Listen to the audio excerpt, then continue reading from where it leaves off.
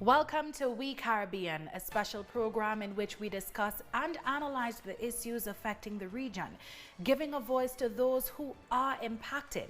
It's their issues, their concerns, their triumphs on We Caribbean. I am your host, Doris Polo. For our first edition, we examine the effects of the COVID-19 virus on the Caribbean region that is specifically vulnerable, particularly those small island states with economies heavily reliant on tourism. The region has well over 6,600 cases and more than 200 deaths. However, the pandemic has also given rise to many areas for collaboration among CARICOM member states and agencies in the region. So we are joined by leading Caribbean journalist from St. Lucia, Earl Bousquet, Vice Dean of the Caribbean School of Medical Sciences, Dr. Lorenzo Gordon from Jamaica, and Barbados Ambassador to CARICOM, David Commission. Earl, since we introduced you first, we will start with you. How will you describe your country's response to the COVID-19 pandemic? Well, good to be here today.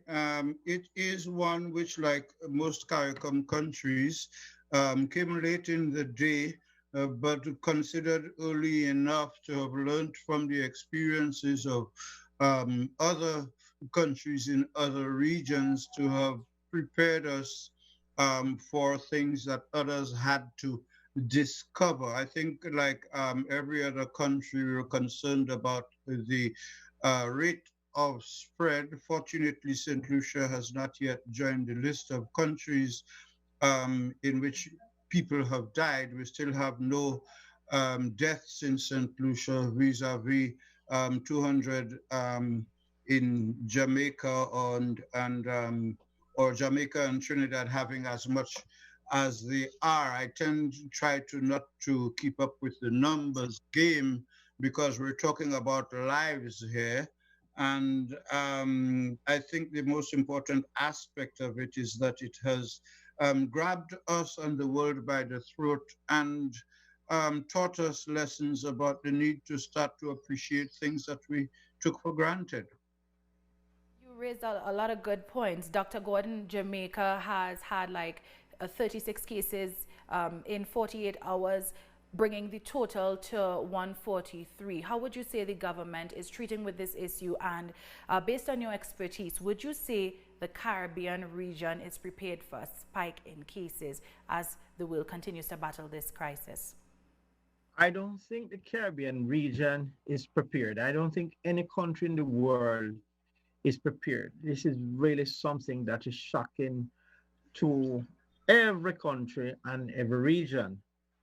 I mean, in the case of Jamaica, we thought, for example, we were somewhat trying to control the spread as much as we could. And just, previous weeks, we're having 2 or 3 every 2 or 3 days. But just something happened recently at the BPO, that is the call centers. And all it had to happen was just one person from a call center that we have some 800 workers, young people working at one of these call centers. And that one young person was responsible for infecting so far the host of about 50. And so this is catapulting in the amazing explosion here in Jamaica. Mind you, the government has responded by doing a lockdown in that region where the call center is, and we are hoping to control the community spread. It is considered right now a cluster spread, and the containment of the lockdown in that region is really looking at the possibility where we can control it in the quickest possible way. And therefore, the mobilization of the medical community supported by the other government agency is really working night and day to control this spread right now. Now, to you, David, Barbados implemented a 24-hour curfew on April 3rd to stem the spread of the novel coronavirus, and then Grenada and St. Lucia, just a couple countries that have done the same in the region. How would you describe these measures that are being implemented to stop the spread of this illness? Well, first of all, permit me to say that I think that the Caribbean community has been probably better organized and prepared to deal with COVID-19 than virtually any other region of the world. In fact, from the time the virus broke out in China, our Caribbean Public Health Agency was on the case. CARICOM was meeting under the guidance of CARFA, and we were paying very close attention to what the World Health Organization was saying and taking all of the commensurate preparations. In fact, I would say that perhaps we even went beyond what the World Health Organization was saying, because when the WHO was saying that there was no need to prohibit travel and to close borders, a number of Caribbean community member states actually closed travel from China, for example. Barbados was not one who did that. But anyhow, so just to make the point that it may be fair to say that the WHO, the international agencies, might have underestimated the severity of this virus in the early phases. But the CARICOM certainly took very seriously all that they were saying and put measures in place from very, very early. Barbados has done what we have needed to do. We are very clear in our minds that, it's not about avoiding COVID. It was going to come. We were going to have it in our society. But what we need to do is to so organize our public health system that we can stay ahead of the public health issue. And Earl, based on what David was saying, he mentioned that, maybe the WHO underestimated what the impact of COVID-19 would be. And then we have Prime Minister Alan Chastney saying that at the end of the month, the government will look at the possible phased reopening of commerce, since cases in the country remain at 15 amid continued testing. And quite simple, Earl, is it too soon to make this sort of a revelation? Is it giving false hope to the population? I strongly believe that I can understand if, and the operative word is if the WHO underestimated or misassessed COVID in the beginning, that is understandable, because even the Chinese, where it started off in Wuhan, had underestimated it in the beginning. Now, China was able to bring it under control because China did what most, if not all, CARICOM countries would not do, which is to suspend individual rights in the interest of the national collective. Now, I would think that it is still too very early, as the Director General of the World Health Organization has been repeatedly warning every day at his daily press conference in the past week, that it is too early, much too early to lift on the restrictions. On the contrary, is advocating that since the virus has not yet reached its peak in most countries around the world, what they need to do is, it having established itself, is to continue to do what is necessary to contain its spread. And therefore, any attempt, whether it is in the United States or in St. Lucia, where both leaders have undertaken to run government like a business, reopening business, as has been pointed out by the private sector in the United States, would only run the risk of bringing things back to where they were. So they would rather, in both cases, to have more testing done. And that is what is important. Having more testing done to realize why there is an arrest in the number of cases in St. Lucia. Is it because the virus has stopped spreading, or is it because less people are being tested and because of the cultural factor where people do not want to go and test because they fear the consequences of having a positive result, meaning that they are going to be quarantined, even though it's in a hotel for 2 weeks with everything paid. They are afraid that in the time between being tested and the return of the results, that they could be exposed to other persons who do have the COVID. And therefore, that is happening all over the region. Yeah. There are people not submitting to voluntary tests because they are afraid of the consequences. And we need to address that in assessing why our numbers are not moving as fast as elsewhere. Yes, David? Just to follow up on what Earl had to say about the idea of St. Lucia opening back up the economy.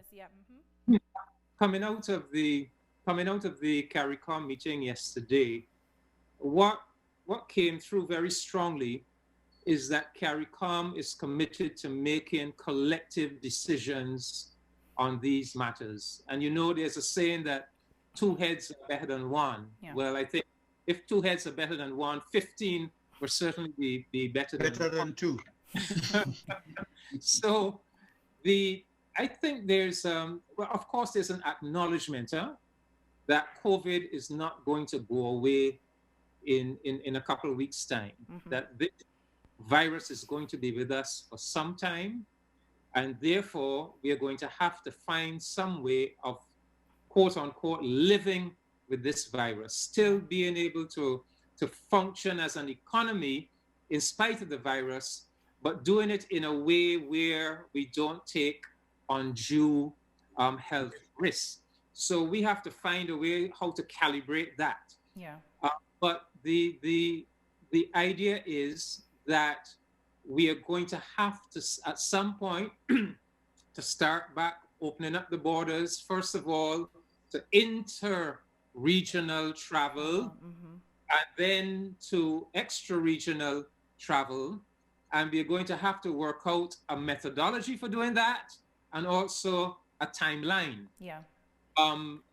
The Prime Minister of St. Lucia has advanced the timeline, but I think the good thing is that this is going to be a collective.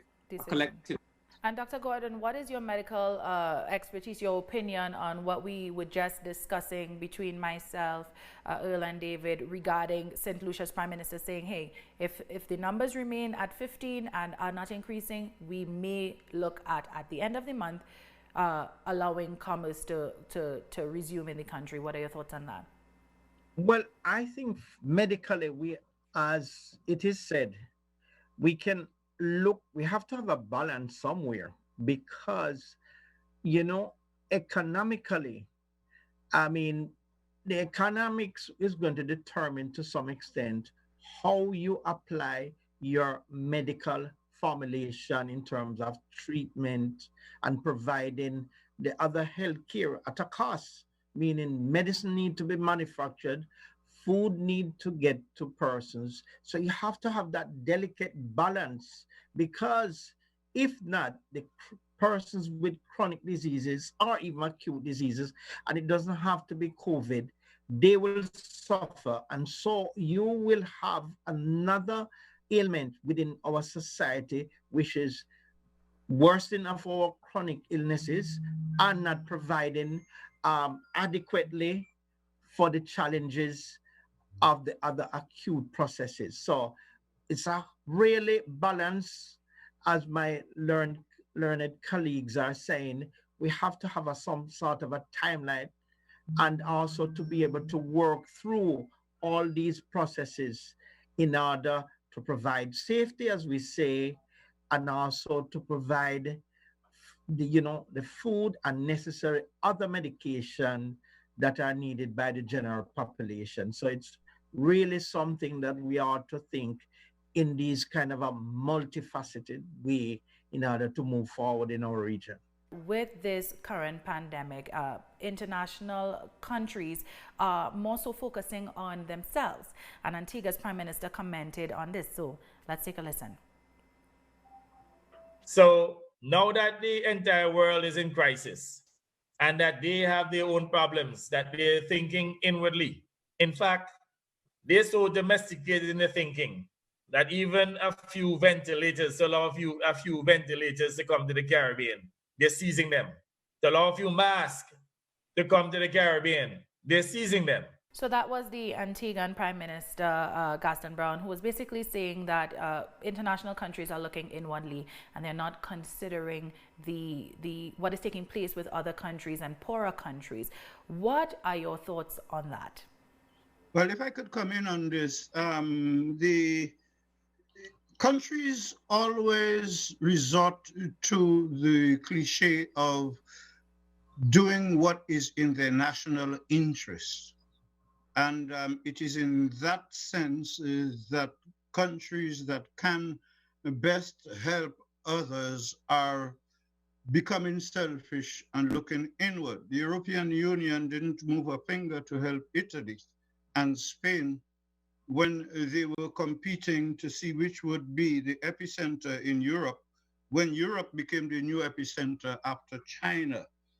We also have a situation where the CARICOM meeting, apart from all of the important agreements to coordinate everything from our approaches to agriculture, air transport, sea transport, and of course the reopening of our borders at a united, commonly agreed time, and in addition to what David said about looking at reopening business at the same time. There are two elements of the conference press release that relate to what we're discussing. And one is the decision by the heads to point out that this is not a time, COVID is not a time to impose hurtful sanctions on countries, and therefore called on the United States, as has been done by UNCTAD and other international organizations, to raise the sanctions against Venezuela, which amounted to over 150 by the United States long before COVID. Pope Francis has joined the Director General of the WHO, calling on countries, the major countries of the world, to forgive and cancel debts of smaller nations, particularly small island states, like in the Caribbean. And we've had a multiplicity of condemnations of the decision by the United States to withdraw as much as $400 million as the biggest contributor, of 15% to the budget of the World Health Organization, to withdraw that at a time when the WHO is leading the global fight against COVID, and with consequences for the Caribbean, like with Canada and Germany, where equipment manufactured in the United States, which had been paid for or had been ordered by respective countries, were either seized or prevented from being delivered, as in the case of Barbados, the Cayman Islands, and Jamaica. So in that context, the Caribbean has to understand that COVID is an equal opportunity disease that is not waiting for us to be ready to combat it. It's already here. It's already taking lives. It is already moving faster than the speed of light. And all of the international analysts, the World Bank, International Monetary Fund, European Union, even the United States, they have concluded that there is absolutely no way that CARICOM can survive COVID without external assistance. And On that note, Earl, we will be taking a short break and we will be right back with more on COVID-19 and how it is affecting the Caribbean region. Stay with us.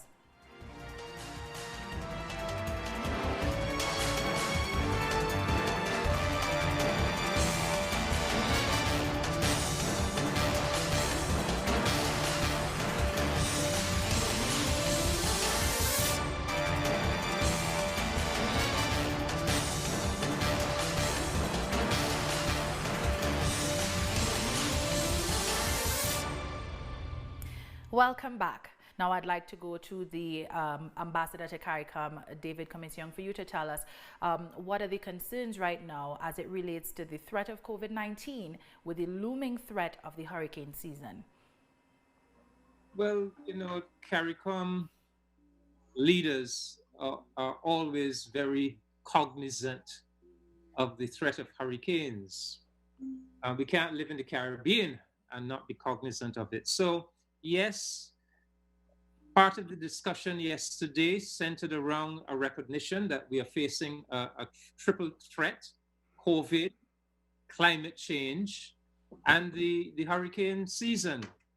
And Earl just said something that is very chilling, that the Caribbean community cannot survive COVID without outside assistance. And you juxtapose that with what you said, that the major countries of the world are all turning inwards and behaving in a very self-centered and selfish way. So that's a real recipe for disaster.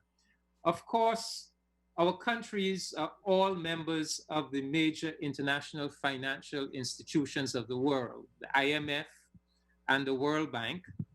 And it is to these countries that we are looking for financial relief and assistance. So CARICOM, well, we have already approached both the IMF and the World Bank. Prime Minister Motley and Prime Minister Gaston Brown have already made initial approaches. But coming out of yesterday's meeting was the determination that these approaches will be renewed and will be further bolstered to make clear that these are approaches of all 15 CARICOM member states acting collectively.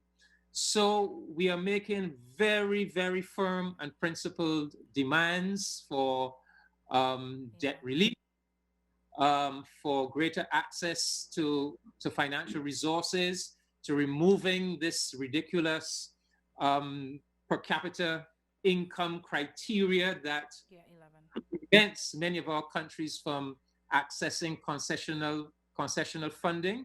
So that is part of our strategy. But clearly, it has to sink in that we don't have any friends out there waiting to help us. I mean, as Earl said, even when we have ordered and paid for equipment and supplies, some countries have commandeered those supplies. And in fact, we feel very strongly that this is really bordering on a breach of the international peace. Because if a country by its action helps to precipitate humanitarian crisis in any part of the world, you are now talking about a breach of the international peace. Dr. Gordon, the United States has the largest economy in the world with a GDP of 21.44 trillion, that is US dollars. And yet the country, as we've been discussing, has ignored its allies essentially during this crisis. And we have China, Cuba, and Venezuela having been world front runners in lending assistance to smaller countries. How important, Dr. Gordon, will you say is this initiative for the Caribbean? Well, the initiative for the other countries, I mean, like Cuba has demonstrated in a very strong way support for our region. I mean, we have 140 Cuban healthcare workers supporting initiative here in Jamaica. And the Cubans have gone to Barbados and other islands that have requested their support. 11 in all. And that's the demonstration, I think, of solidarity that we need to take on. In terms of that financial support, that I agree with um, Earl and David, we have to look at what is owed to us. In terms of probably garnishing that kind of international support, our diaspora who are located in these other regions need to come forward, and we are hoping that they can now play a role by agitating, realizing that we as individual countries may not be able to really do as well if we do not get all of these external support. Thank you so much, Dr. Gordon, for bringing us to the end of our Caribbean special program on COVID-19 in the region. And a special thank you to our guests, leading Caribbean journalist from St. Lucia, Earl Bousquet, Vice Dean of the Caribbean School of Medical Sciences, Dr. Lorenzo Gordon from Jamaica, and Barbados Ambassador to CARICOM, David Commission. So for more coverage on the coronavirus pandemic and other news, head to our website at telesurenglish.net.